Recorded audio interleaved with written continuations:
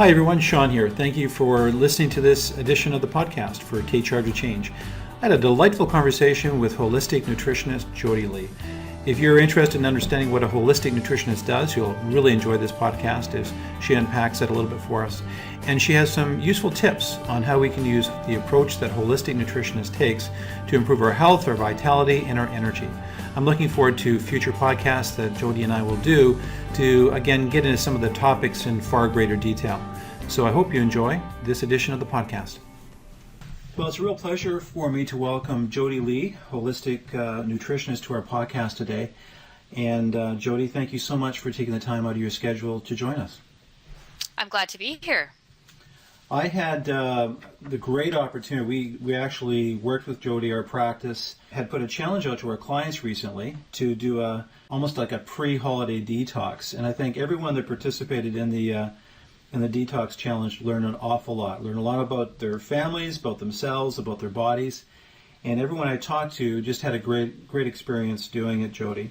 And it really prompted me to want to make sure that we connected for this call today, because I think what you do in your approach to nutrition, I think, is somewhat unique. I don't think it's certainly not mainstream, and it's certainly information that I think needs to get out there more commonly so people understand sort of what is holistic nutrition and what is a holistic nutritionist. So maybe we can actually start there. What's the difference between a nutritionist, and I've heard that term before, to holistic nutritionist?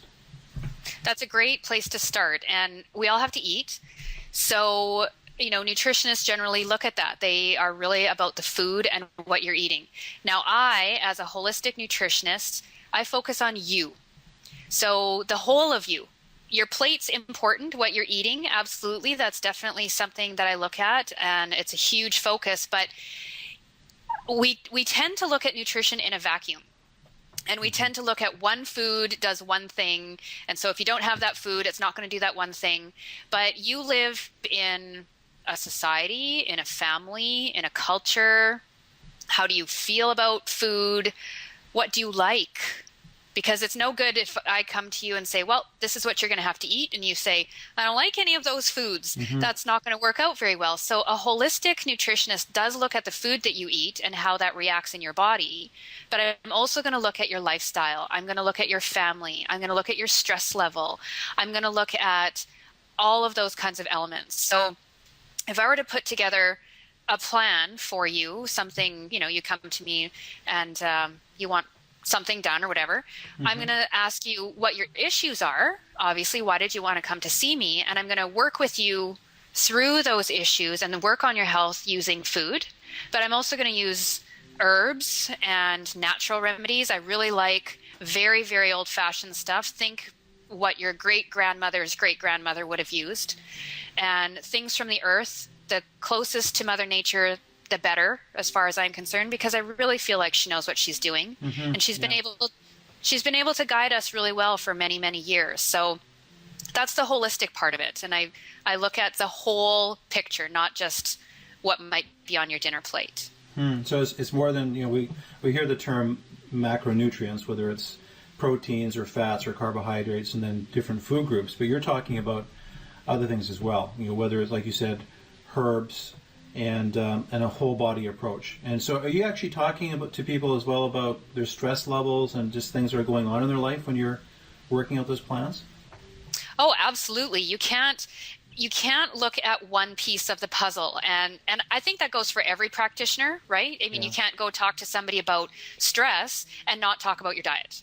And you can't talk about diet without talking about your exercise or I often recommend to my clients lots of different energy kinds of techniques. So acupuncture or massage or chiropractor or body talk or reflexology, all of those kinds of things are helpful. See an herbalist. I work very closely with a naturopath. So if somebody says, well, I want a specific test done or, we're confused about something that's going on, I work with lots of other practitioners to pull them in and say, okay, I need your opinion on this. What do we do about this problem?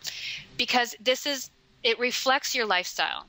Mm-hmm. And if I say to you, this is the plan that you need to do, and that stresses you out more, that's not going to be a successful plan. Yeah, and exactly. Oftentimes when you see somebody who's not looking at a holistic approach, that means the whole thing, you're going to end up with something that you think, this doesn't fit with my world. So I'm going to make sure that whatever we work on is going to fit within your world, as well as fit within what I want for you. Well, what's interesting though is that it seems to be so common out there that there's the diet of the month. When we talk about nutrition, often people think about diet sometimes, and it's sort of a one-trick pony. And yet, you're right; it's multifaceted. Everyone's biology or physiology is unique, and so I think taking the holistic approach obviously is the one that totally makes sense. When it comes to this whole area of holistic nutrition, you're very passionate about it. I just know that in past conversations with you. But what led you to this journey of being a holistic nutritionist? Were there some personal experiences, life experiences that led you to really embrace this area, research it, and then practice in it? Oh, absolutely. As you said, I'm passionate about this. I'm very passionate about this. And 3 very distinct things happened over the course of the last 14 years. So the first thing was I was sitting in McDonald's, of all places, with my girlfriend. And somewhere between the French fries and the cheeseburger, my eyes swelled shut. Oh, you're kidding? They puffed. Nope. They swelled shut. And my girlfriend was looking at me like, what's wrong with you? And I thought, I don't really know, but I can't really see you anymore. This is a problem. So I went to the doctor, and she put me on a whole bunch of drugs. I was a complete disaster. I had asthma and tons of allergies and sinus infections and all the rest of it. But I was also very fortunate that in amongst all of the pharmaceuticals she gave me, she said, you need to figure out what's going on in your diet. Now, I have a background in human ecology, which is the faculty at the university that deals with foods and nutrition and nutritional sciences. Okay. So I have a bachelor's degree and a master's degree in that. And it's always been something I've been interested in, but I hadn't realized, which doesn't make any sense, but I hadn't realized the impact it has on your body, which doesn't make sense. You eat things, of course it does, exactly. but until it happens to you, you kind of go, oh, what I eat actually matters. So fortunately for me, she said, you need to look at these food additives, and she gave me a list. She says, get them out of your diet and see if that improves things. And it did, and I managed to get off every single one of the drugs she had given me just by changing out the additives that she had recommended. Okay, so off we go, carry on with our lives, had a child, had a second child. Second baby is allergic to soy at 5 months. Oh, wow.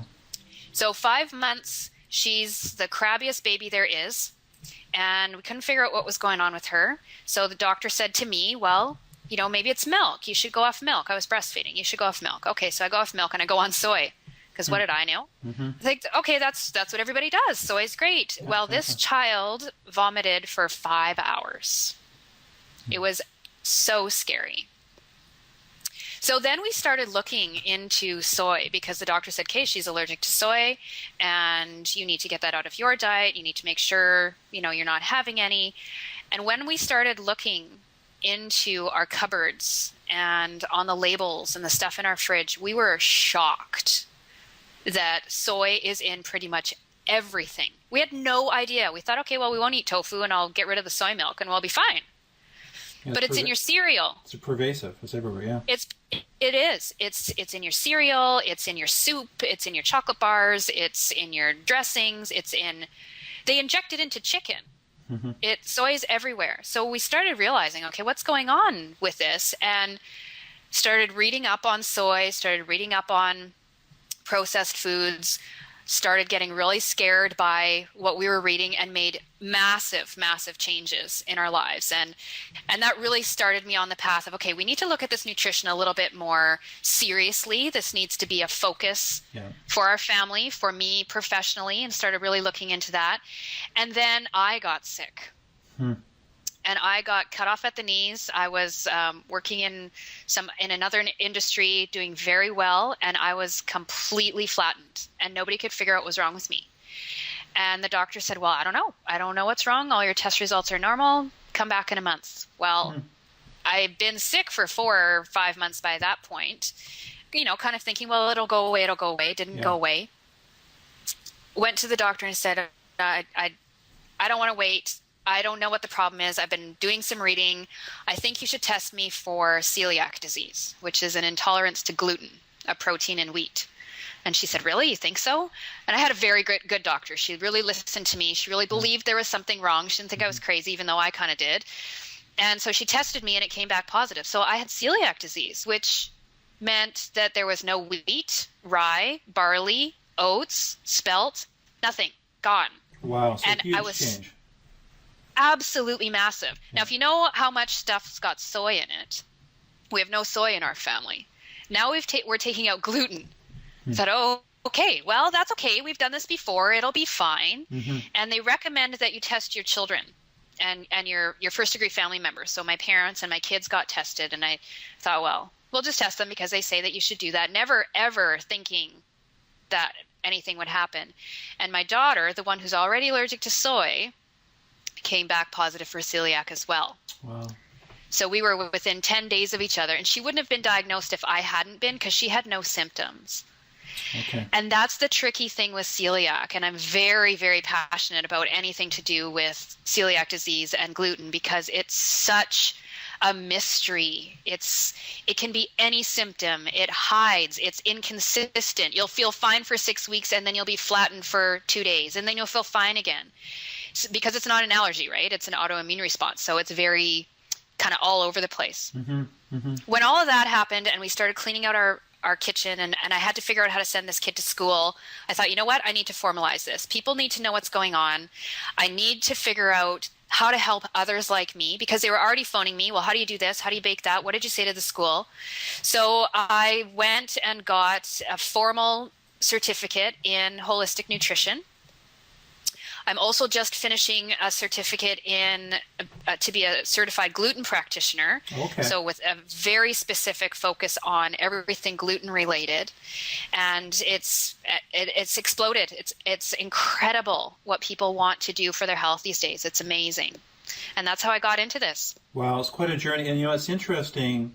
It's not just experiencing it, directly for yourself and for your family and your daughter, but you took it the next level. I mean, not everyone does that. And you took it the next level of saying, I want to make this part of my everyday and get the word out. So that takes an extra little bit of energy and commitment. Obviously, you have just a real passion to share the information you've been learning.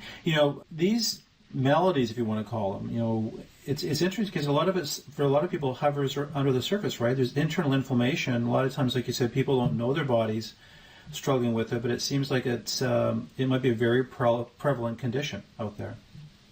Yeah, it is. And when I was first diagnosed, the rate of celiac disease was thought to be 1 in 133. In the intervening years, they're looking at 1 in 100.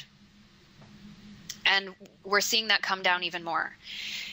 Now, that's celiac disease. So that's a diagnosed autoimmune disease. Okay. But we also know that gluten affects a lot of other people, and you just haven't flipped that switch. So the autoimmune condition requires you to flip on a gene, flip on a specific condition in your body, turn it on like a light switch. Now you're in an autoimmune disease. You can't ever go back from that.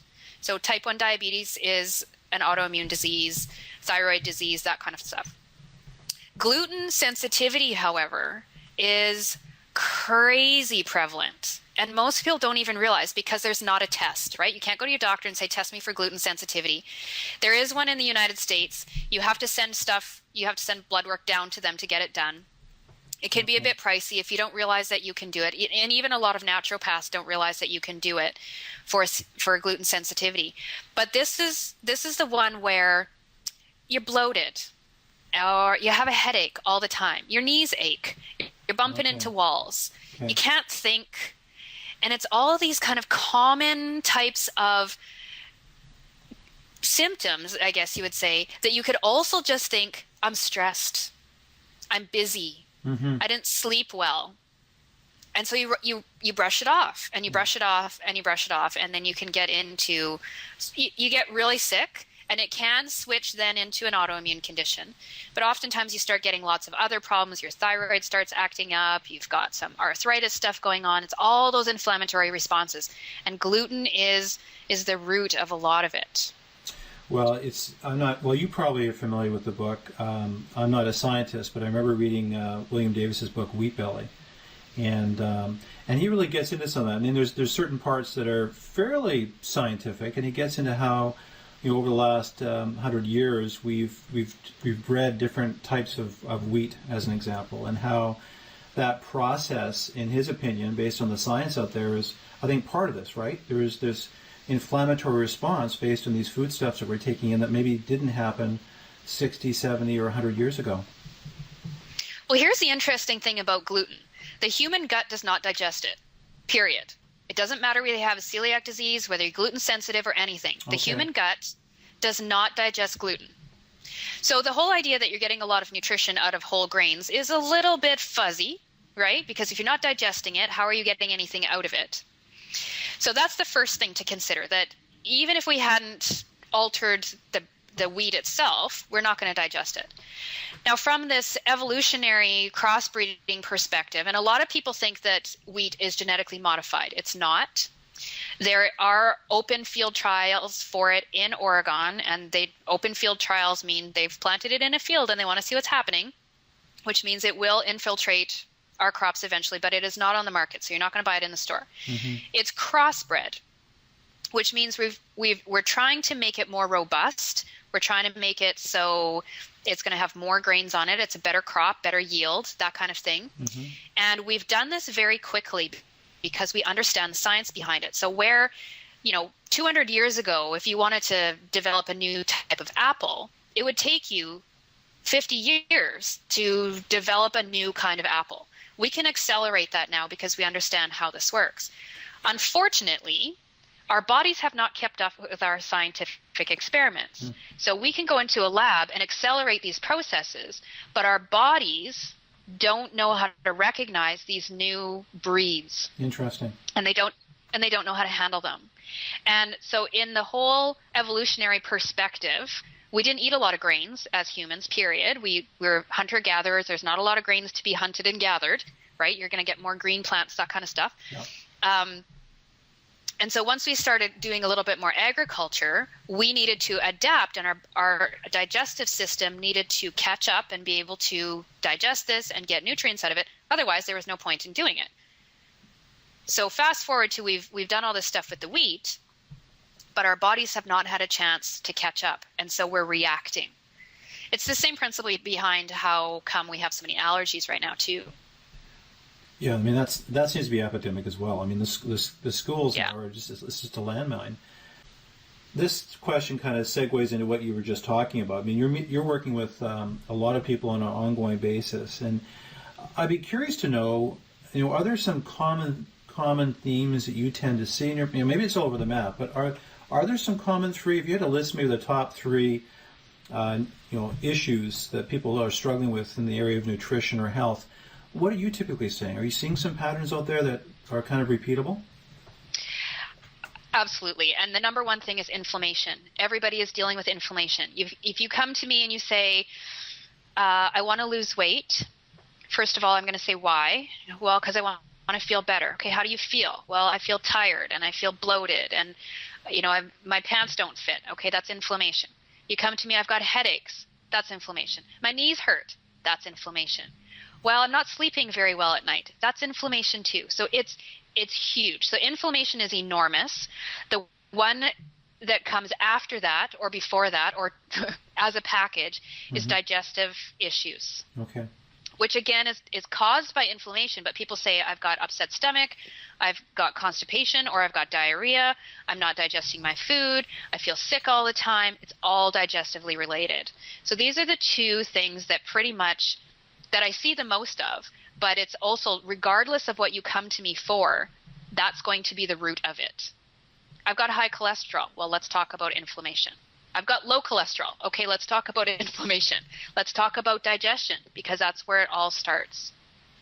And it's interesting. I mean, if you go to, I'm not sure about a GP. Maybe this is the case with a GP, but I know with a naturopath, when I'd seen mine recently, one of the tests that we do is a C-reactive protein test, or there's different tests you actually can do if you're wondering whether internal inflammation is really an issue, right?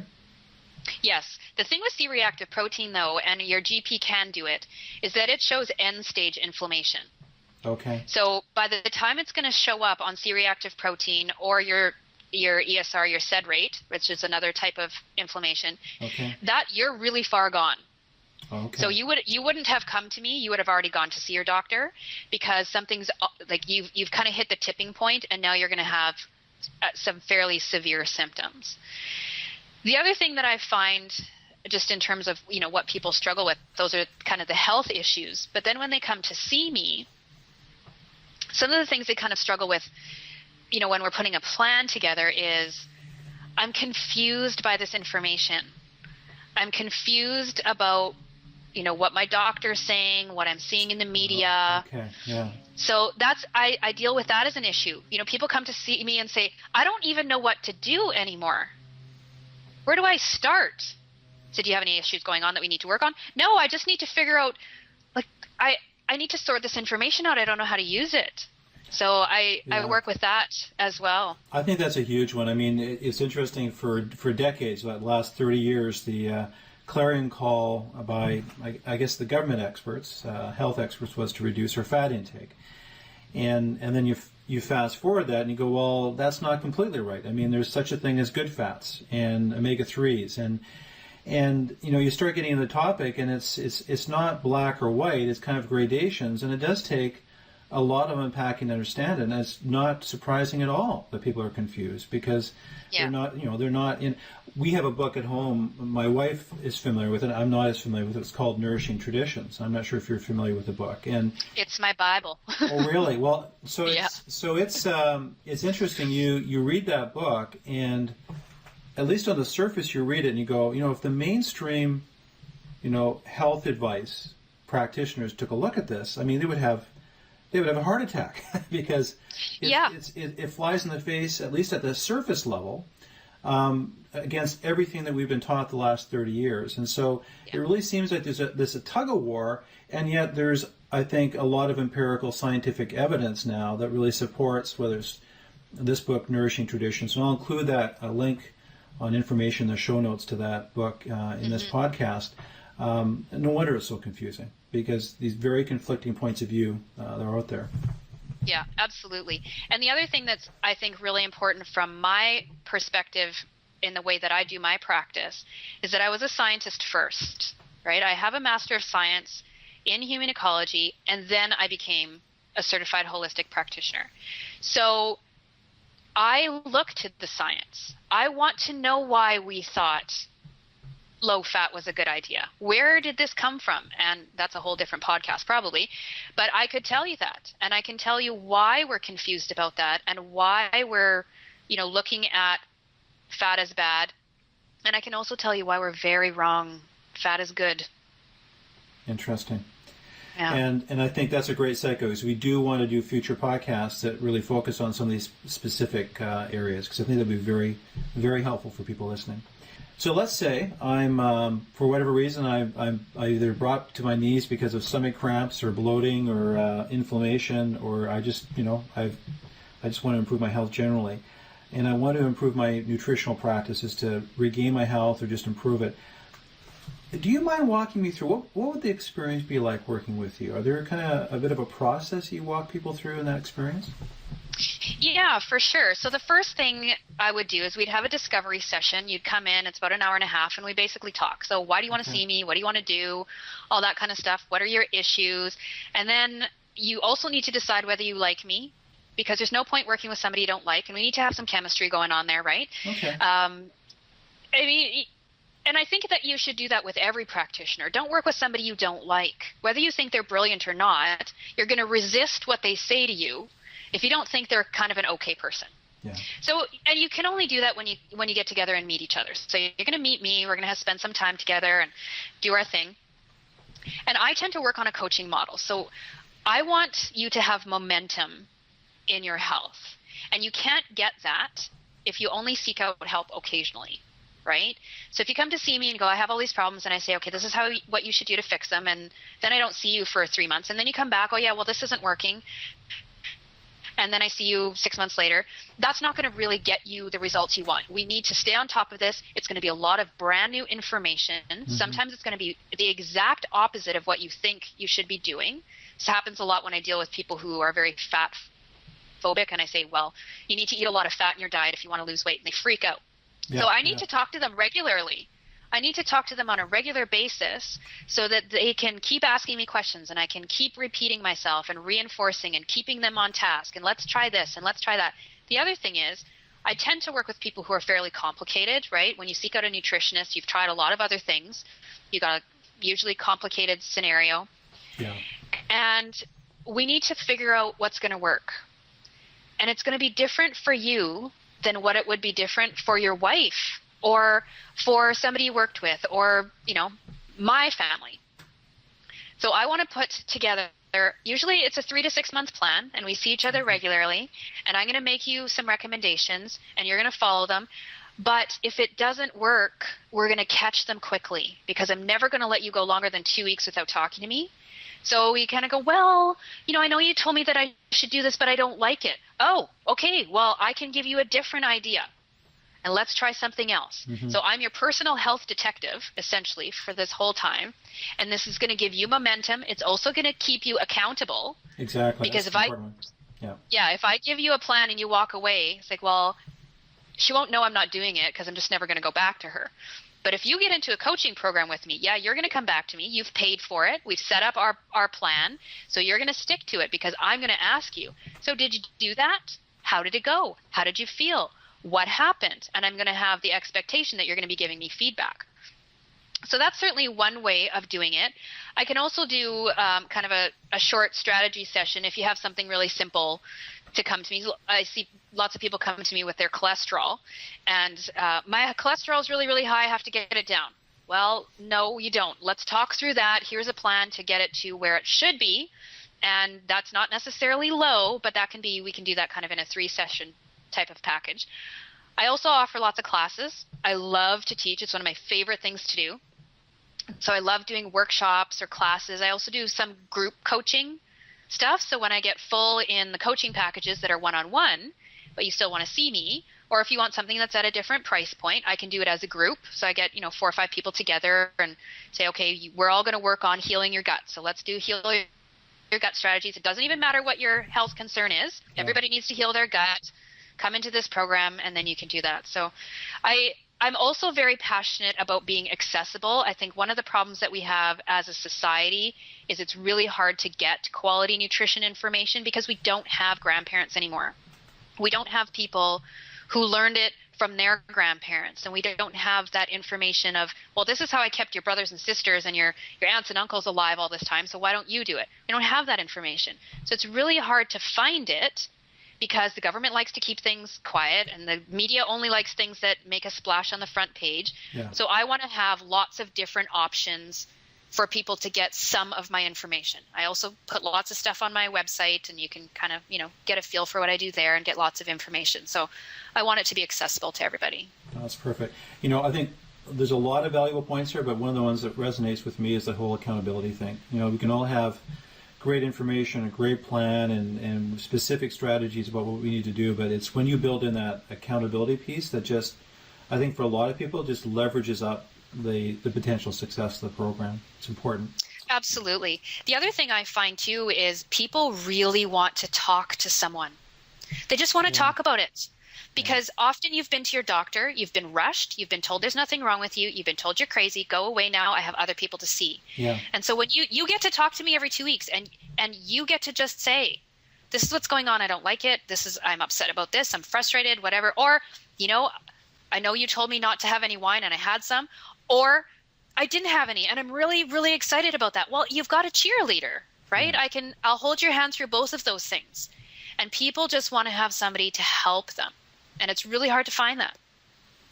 We've probably talked, and this next question I have for you, I think we've kind of circled around it a little bit, but I do think it's worth unpacking a bit, because food, and you must experience this every single time. I mean, I can't think of a more complicated topic, because it's wrapped up in things like you said earlier, on cultural practices, your family traditions, what you grew up with. And then you add to that, food has an emotional component. It's, we all have the comfort foods that we flee to during times of stress, and there's some addictive qualities to food. In fact, I'm listening to an audiobook called, I'm not sure of the order, but it's Salt, Sugar, Fat. It's this long audiobook. Yeah. What a scary audiobook to listen to. That the focused, intentional strategies that the food processing mega industry uses to try to get us to consume their products. Actually, kind of scary when you start listening to it. But there's an addictive quality to food, and that makes it kind of interesting because we all have to eat, and yet we're eating the very substance that has some of these addictive qualities. So, are there strategies that you try to use to get people to confront their poor choices and be a little bit objective about what can be a very subjective, emotional thing, and get them to be a little more objective in terms of how they see their food and its role in their life? That's a big question. Yeah, that's a big question. But I have to say, I think it's got, in some ways, a very simple answer, and that is to use your common sense. And we don't know how to do that. Common sense is not that common. We don't know how to think about food. We don't know how food reacts in the body. All we know is that the media has said, do this, don't do this. This is the shiny package. This is the one that's going to make you look good in that little red dress. And so that's what you do. We don't know about food culture. Certainly in North America, we don't have a food culture. We didn't grow up on the foods of the land. That's not something that, we're all from all over the place. So we brought little bits of things from here, there, and everywhere. And we don't have a food culture. So we don't understand how food affects us. All we know is Health Canada said this, the media said that. Grandma, it might be saying to you, I ate eggs every day and I'm fine and my cholesterol's all good. And you're going, yeah, but Grandma, the newspaper said I shouldn't do it. Think of just use the common sense. What did your great-grandparents eat? How long did they live? Did they have inflammatory diseases? Did they have cancer? Right? They would have had lots of infectious diseases because we didn't have things to cure infections, but they wouldn't have had all these chronic 21st century problems. Why not? Yeah. What did they eat? What did they do? They were eating bacon off the farm. They were eating the full fat milk right out of the cow. It wasn't even pasteurized. Well, that's dangerous. Well, maybe it wasn't. Yeah. So let's think about who was it that did well in their health and what did they do and how can we do that? Because lots of these people lived to be 100 well before Health Canada was ever formed. So what did they do and how did they do it? So that's a big one. And a lot of people okay, yeah, that makes sense. But if you're like me, you say, prove it. So then you look to the science and it's there. Forget the media headlines. They like the splashy stuff. They like the one-liners. They like the controversial, right? But go to the science and ask the questions. Okay, my grandparents grew up on fat and they're all healthy and they lived to 100 and they died in their beds with their brains intact. Why shouldn't I eat fat? Where is the research that says I shouldn't eat fat? What does it really mean? And that's my job. I can tell you that. You don't have to go do that on your own. But when people come to me and say, I'm really scared of this. This doesn't make sense to me. I don't know how to approach this. Say, let's work on the common sense. And here's the science to back it up. And I have that because it's all there. You just have to know where to look for it. No, that's perfect. Common sense, look for the information. It's there and be a student of it. And I think the challenge for us when it comes to food, and I guess this is a lot of habits in our life, is that sometimes it takes an event for us to become more conscious of the food choices that we make. And that's the unfortunate thing is that hopefully our kids will grow up with the notion that, this happens right away.